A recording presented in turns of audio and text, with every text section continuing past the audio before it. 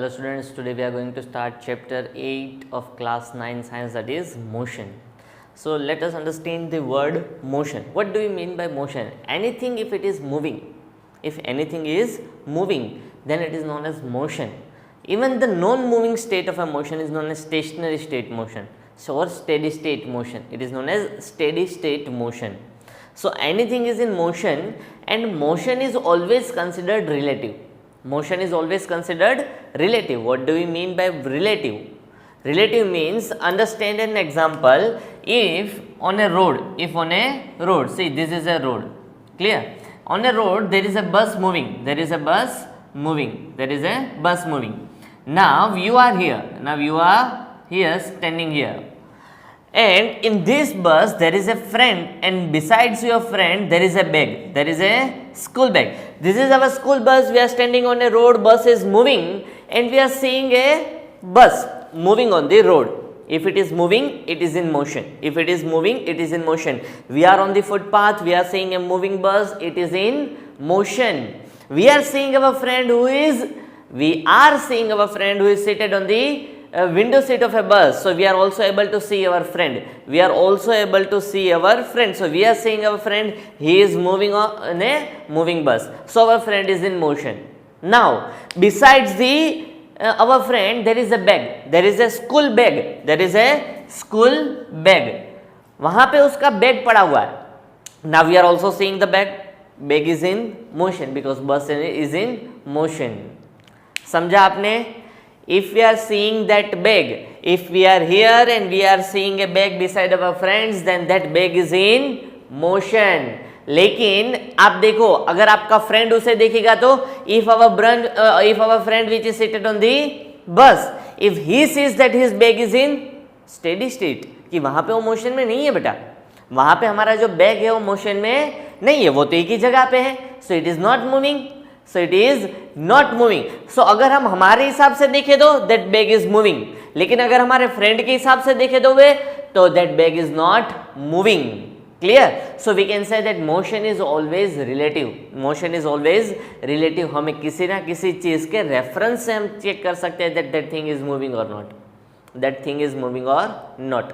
For example, अगर हम यहाँ से हम देखते हैं तो अर्थ कॉन्स्टेंटली कंटिन्यूसली रिवॉल्व करता है, रोटेट भी करता है. अर्थ is rotating.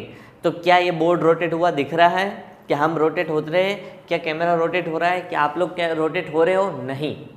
So with reference to each other each and everything is steady state, none of the thing is moving. But अगर हम मून से देखें तो if the astronauts are on the moon और astronauts are in the space, वहां से देख रहे तो उनको पता चलेगा हाँ, earth is rotating as well as revolving. So motion is always with respect to something, it is always relative. तो इसीलिए हमें कोई ना कोई चीज रेफरेंस में हमेशा रखनी पड़ती है. Then and then we will be able to understand motion. तो आई होप सो कि सबको मोशन क्या होता है वो तो समझ में आ ही गया होगा. सो मोशन इज ऑलवेज रिलेटिव. तो उतनी चीजें हमें थोड़ी सी याद रखनी है, that motion is always relative. Clear? Now understanding the motion, how can we say that? If we are seeing anything, that how can we say that what type of motion or what is the motion of this object? तो कोई भी object अगर moving है, then what is the type of motion? So to understand these things and different types of motion, we need to learn few physical quantities. थोड़ी बहुत हमें physical quantities के बारे में पता होना चाहिए. What are these few physical quantities? And the first one we are going to learn about is distance. Second one is displacement. Clear? The third one is speed. Now the fourth one is velocity. Fifth one is acceleration.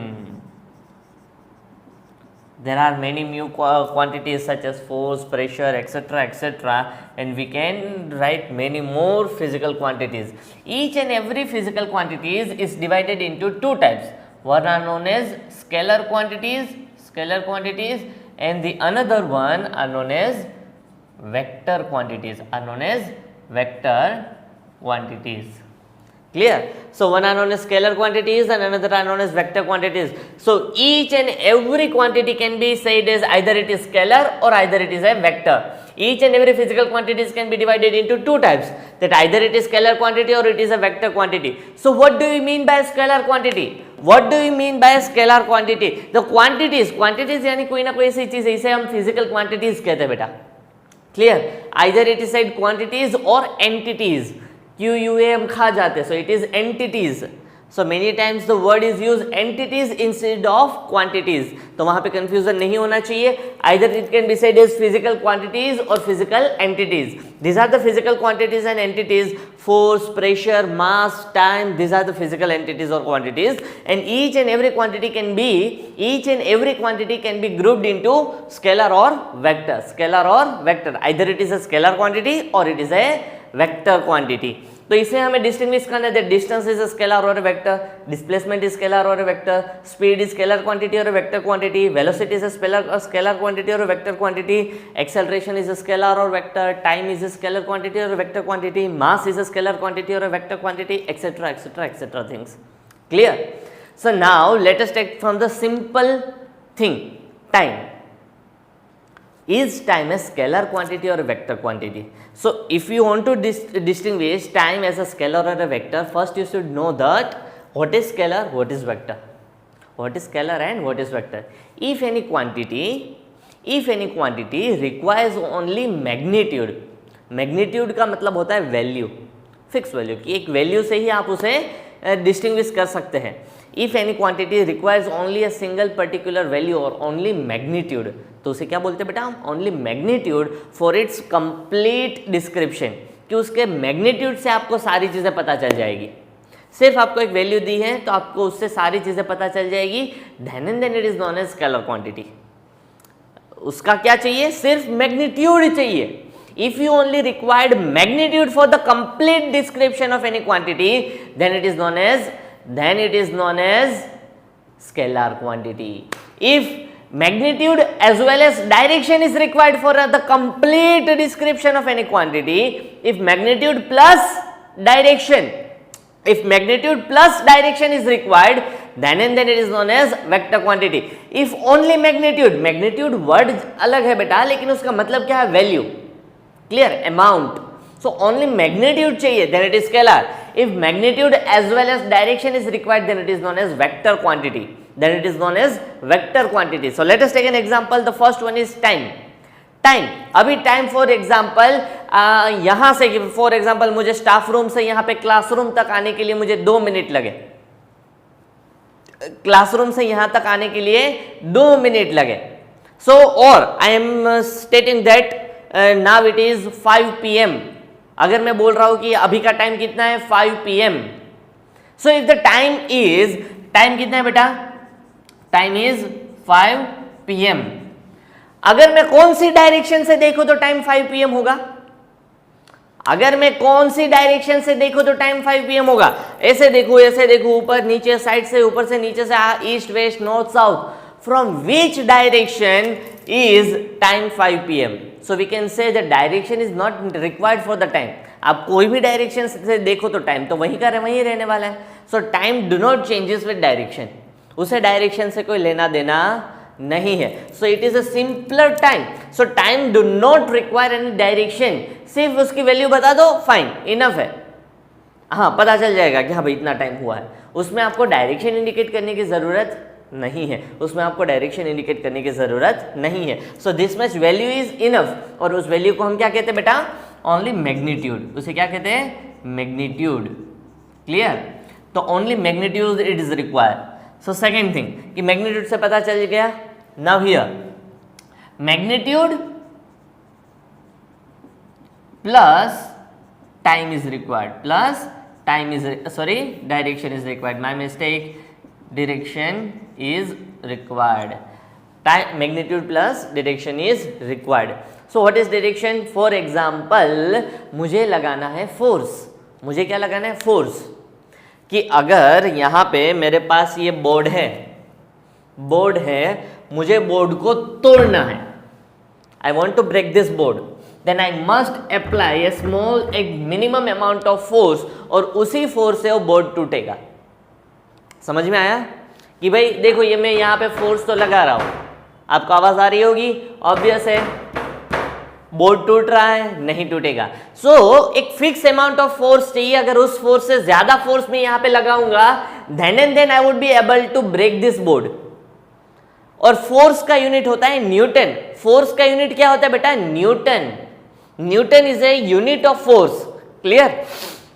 जैसे time का unit second होता है, clear, कि कितना time हुआ, 1 second, 2 second, 3 second. मास का unit KG होता है, मास का यूनिट केजी होता है, ग्राम होता है।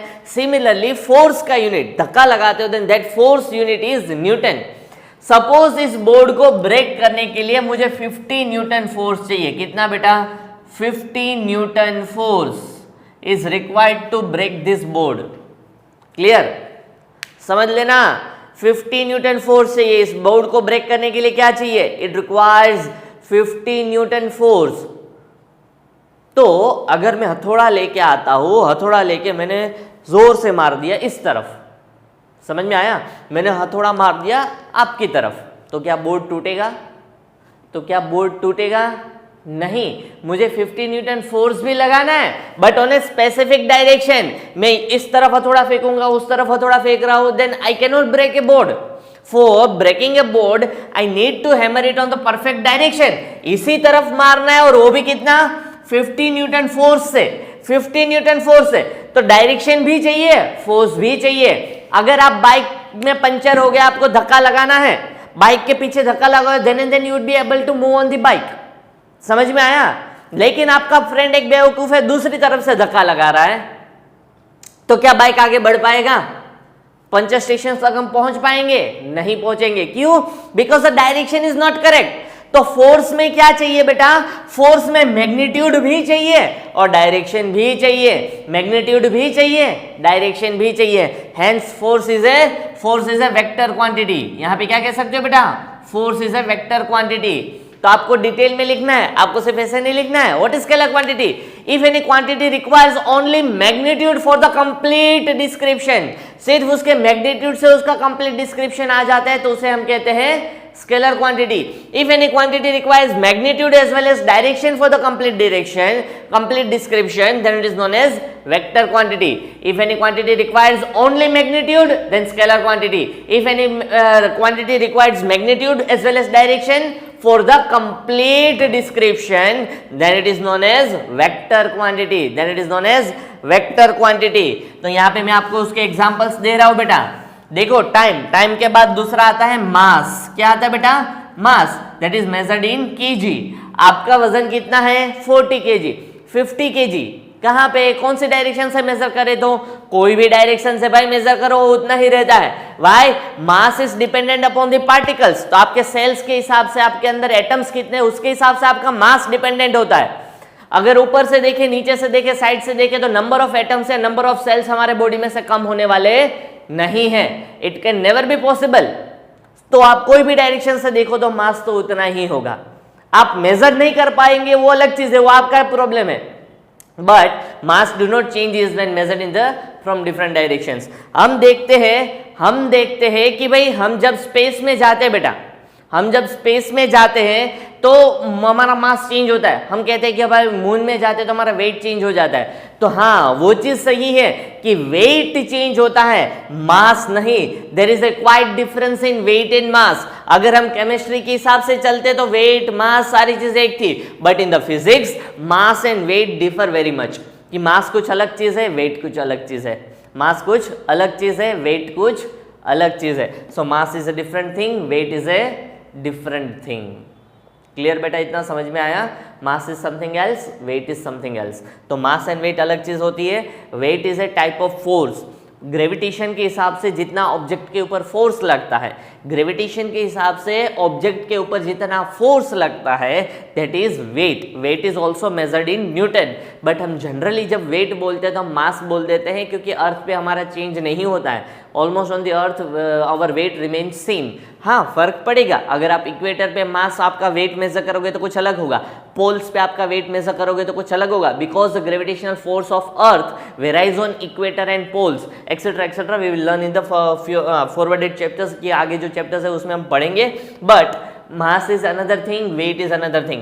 So mass is a scalar quantity, whereas weight is a different quantity, and that is measured in Newton.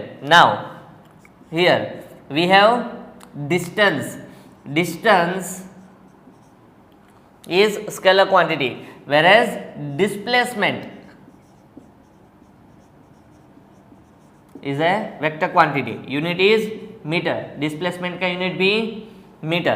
Distance scalar quantity है, लेकिन displacement देखें तो vector quantity है। Clear? Now I have speed. Here I have velocity. Clear? So what is distance? If we say that the distance from camera to me, that is 5 meter. So distance अगर आप देखते हैं तो distance is fixed quantity 5 meter. But 5 meter on specific direction. समझ में आया कि भाई डिस्टेंस कैमरा से मेरे तक का क्या डिस्टेंस है, दैट इज 5 मीटर। लेकिन क्या मैं 5 मीटर चलूंगा? If I walk 5 meter then I will reach the camera. तो मोस्ट ऑफ का आंसर होगा यस, कि भाई कैमरा से मेरा डिस्टेंस कितना है बेटा? कैमरा से मेरा डिस्टेंस कितना है? 5 मीटर है। कितना डिस्टेंस है बेटा? 5 मीटर। Clear? So that is the distance, simpler, 5 meter, बात खत्म। तो क्या अगर मैं 5 मीटर चलता हूं तो मैं कैमरा तक पहुंच जाऊंगा? नहीं पहुंचूंगा। क्यों? देखो ये मैं 5 मीटर चल गया।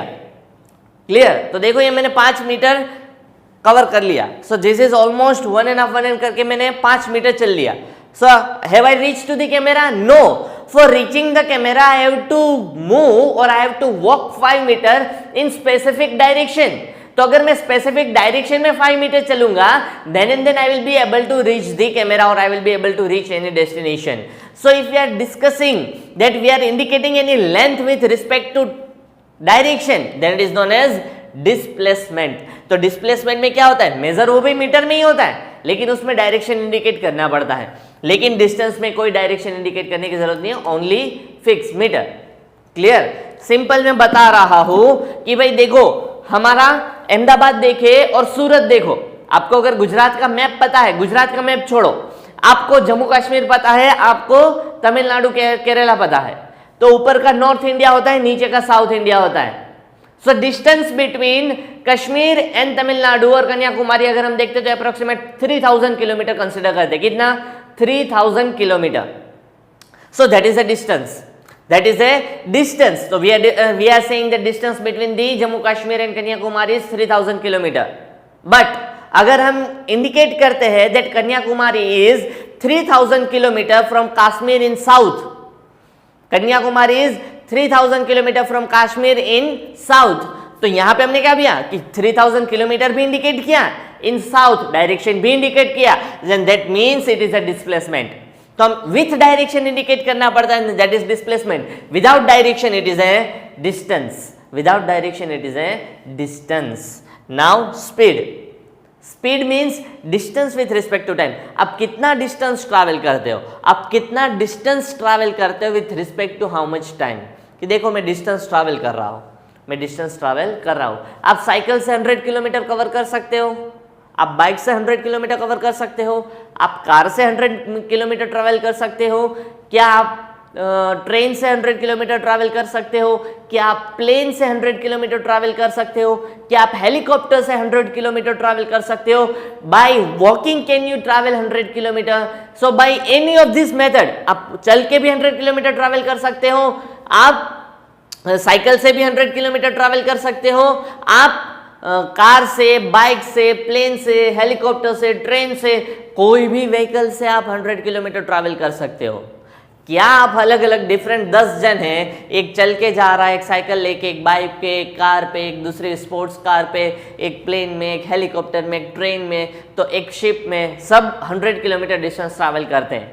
क्या एट 100 किलोमीटर पे डेस्टिनेशन है हमारा, तो क्या सभी एक ही टाइम पे डेस्टिनेशन पे पहुंचेंगे? No, each and every one will take different amount of time, each and every one will take different amount of time in ideal situations.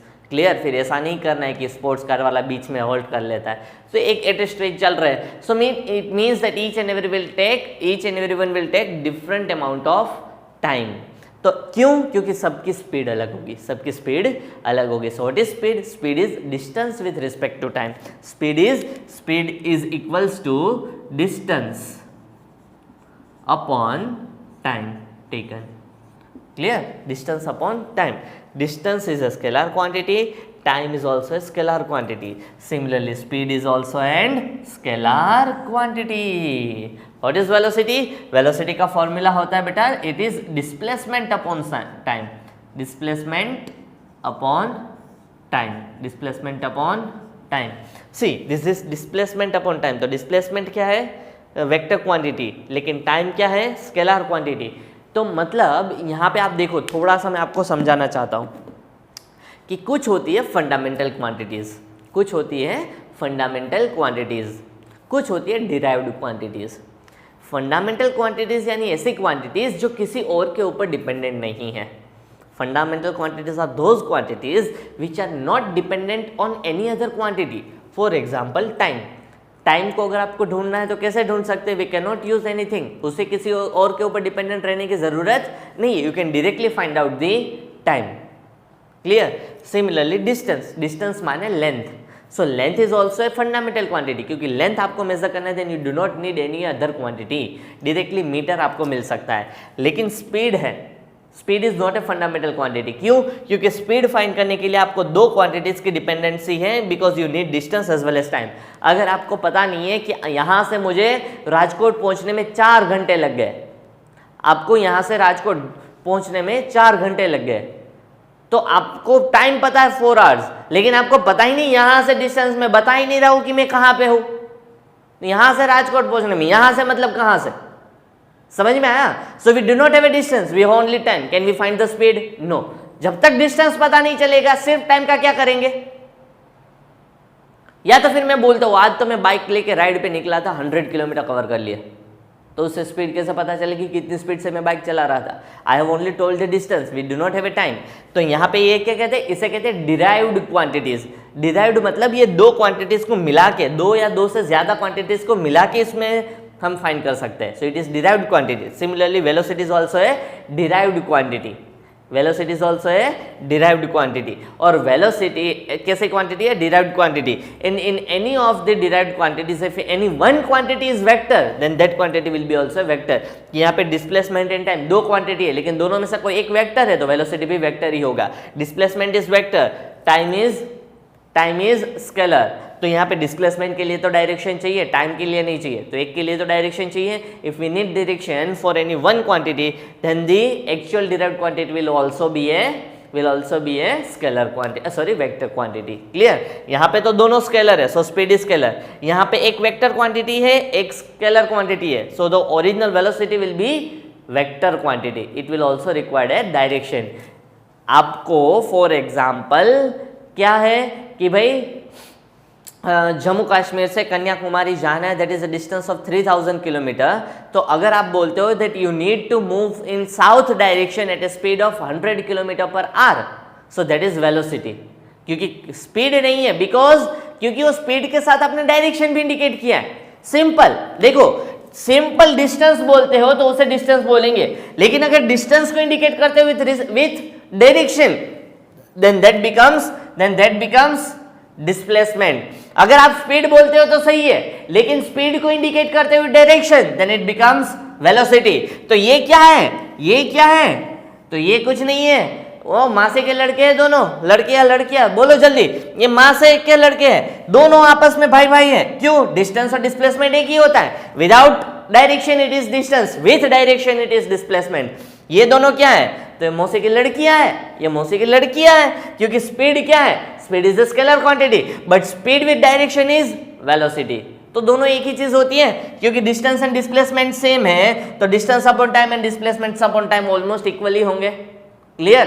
तो सेम यानी ऑलमोस्ट इक्वल, ऐसा नहीं है कि स्पीड 10 किलोमीटर होगी तो वेलोसिटी भी 10 किलोमीटर पर आ रही होगी, but it means they have something similar between them, they have something similar between them. तो आपको मोशन के बारे में थोड़ा बहुत पता चला होगा, स्केलर एंड वेक्टर क्वांटिटीज के बारे में पता होगा, what are the physical quantities के बारे में हमने थोड़ी बहुत चीजें पढ़ी।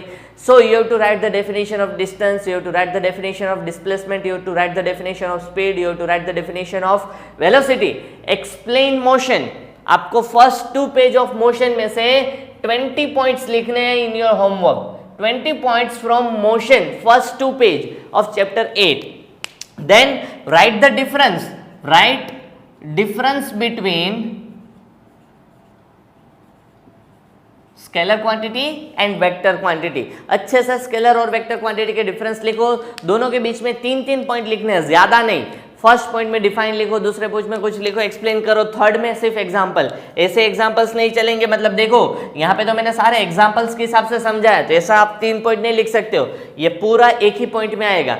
ये पॉइंट अलग बना सकते हो, मैग्नीट्यूड वाला, मैग्नीट्यूड प्लस डायरेक्शन। सो आपको कितने पॉइंट्स बनाने हैं? 3 points between the difference between scalar quantity and vector quantity. In next lecture we will move on and we will discuss between distance and displacement in detail. तो distance and displacement के बारे में हम detail में discussion करेंगे, लेकिन उससे पहले आपको पता चलना चाहिए what is scalar, what is vector, magnitude क्या होता है, डायरेक्शन क्या होता है। Clear? These are the physical quantities we are going to learn in chapter 8. These 5 physical quantities are generally we are going to learn in chapter 8. Clear? तो यहीं से move on करेंगे। थैंक यू बेटा।